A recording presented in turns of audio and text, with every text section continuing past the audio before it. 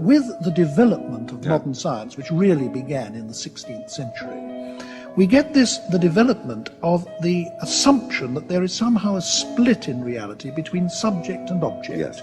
There are humans observing the world, and there is the world which they are observing. Right. And this dualism, this assumption that there is a division in reality between subject and object, goes all the way through our science and all the way through our philosophy, though in fact, contrary to what probably most Western men and women suppose, it's really a view of reality which is peculiar to the West and peculiar to the last 4 or 5 centuries. Right.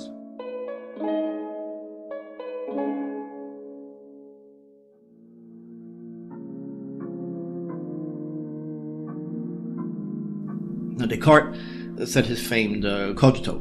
He went too far, though. He didn't say being is, he said I am. He referred to himself as the person. But where did the person come from? Descartes was simply wrong. Trying to reach the one thing that no one could ever deny, he says, I am. But that has many qualities Descartes had no right to import. He wanted to get to the absolute, utter ground of existence, something that can never be falsified under any circumstance. He speaks about himself? This can't be the case. The only thing he could say is that something is. But that error of his was deadly for the West. Our concepts of egotism and individualism come from that error. This is the foundation of the ego in the West. This is where so many of our, really modern liberalism in its most vague sense comes from. Descartes was the breaking point. Descartes is the dividing line between medieval and modern.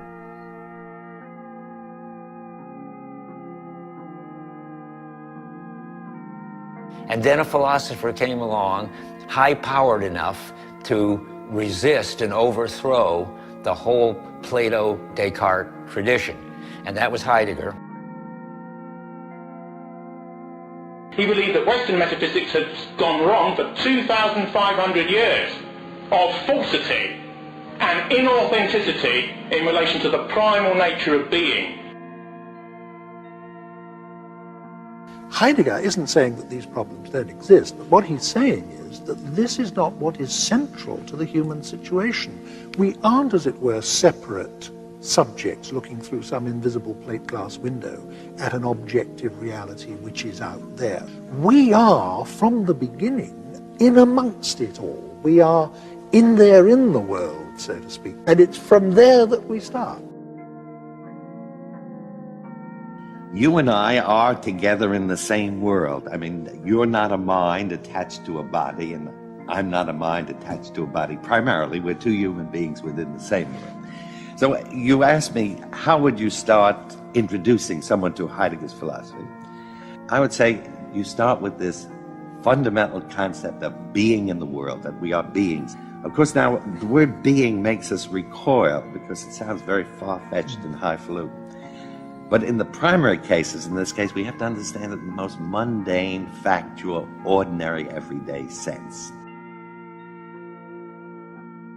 There is throughout Heidegger an emphasis on the everyday, on the ordinary, on the familiar. Yes, in its familiar things, but there's also an emphasis on the extraordinary, the unusual.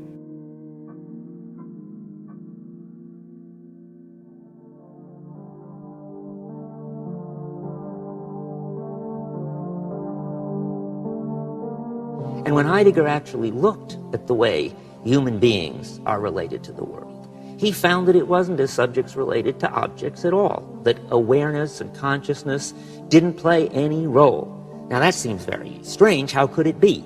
Well, he took as his example, and he was good at going to simple examples, hammering.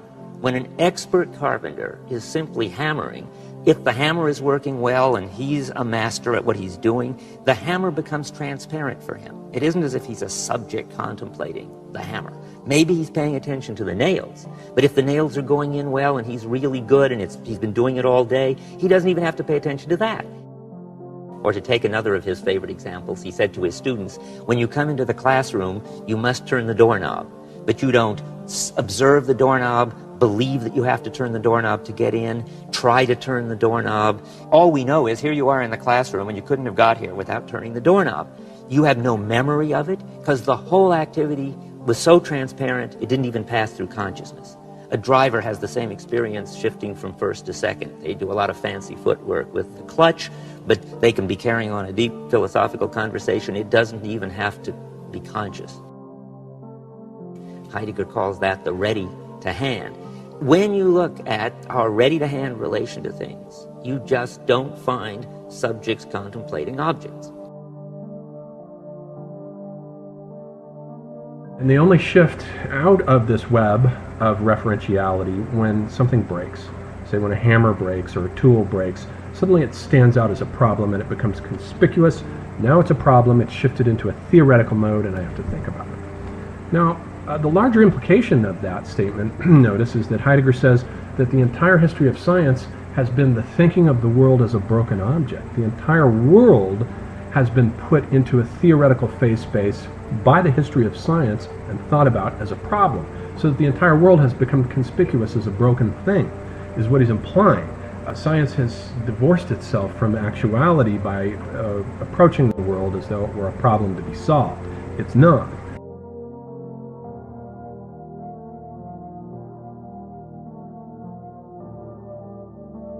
The way he put it was that philosophers since Descartes had been trying to prove the existence of the external world, and Kant said that it was a scandal that no one had successfully proved the existence of the external world.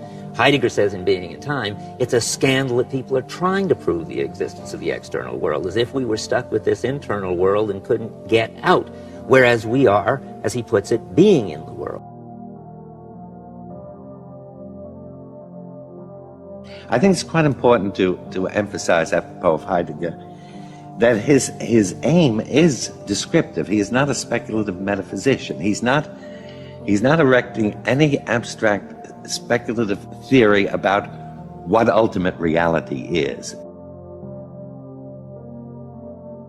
Heidegger, despite his learning and erudition, has a kind of rural mentality and a kind of gut feeling world reaction against this city world construction that is so abstract that it's removed from reality, but has been the basic constitutive structure, of course, of philosophy of the metaphysical age since Plato, this abstractness.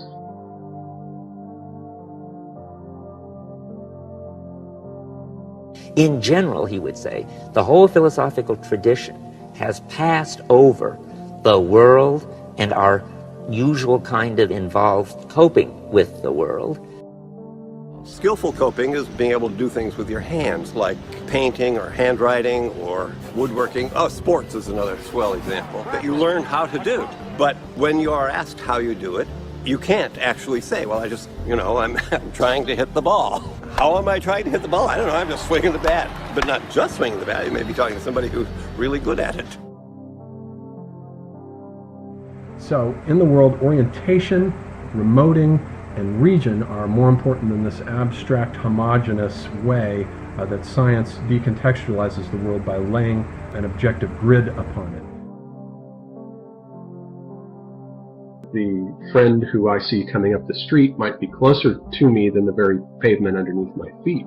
The glasses on my face may not be as close to me as the picture across the room on the wall is. So space is a subjective thing for Dasein, and it's oriented in terms of concern and care, not in terms of objectively measurable properties or distances.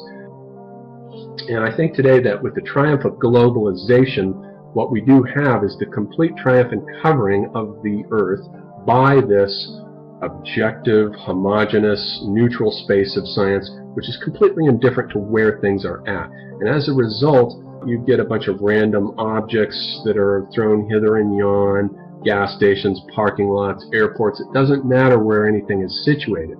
And so you get the covering of the globe by this kind of neutral, nihilistic scientific space, which is objective, it's measurable, operates according to longitude and latitude, but it's completely value neutral and it's nihilistic, and you end up with an anti-world. Because this type of space, as Heidegger puts it, deprives the world of equipment, the ready-to-hand world, of its worldhood. we might say the human cultural world, the Dasein world, is deprived of its worldhood, and you get the creation of this anti-world, which is completely anathema and antithetical to the human world, in which it matters where things are at. And it's a threat to all worlds considered as regional, ethnic worlds that have cultural authenticity, art objects and places that have authenticity and historical auras to them. All that is wiped out by the anti-world of the homogeneous space of science, which is laid like a grid, like a Cartesian grid across the world. Modern culture has suffered from an enormous mind-body split. I think if you can knit the mind and the body back together again in various subtle ways, great changes can occur.